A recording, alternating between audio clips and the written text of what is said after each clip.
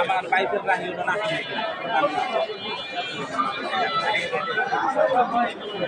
ওই যে দাদা শোয়াইতেছে ওই যে গুলি লাগছে ওই যে নিয়ে ওই যে রিক্সা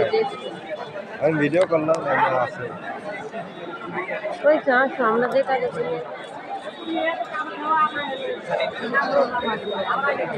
এখন যদি আজকে যাওয়া পড়ে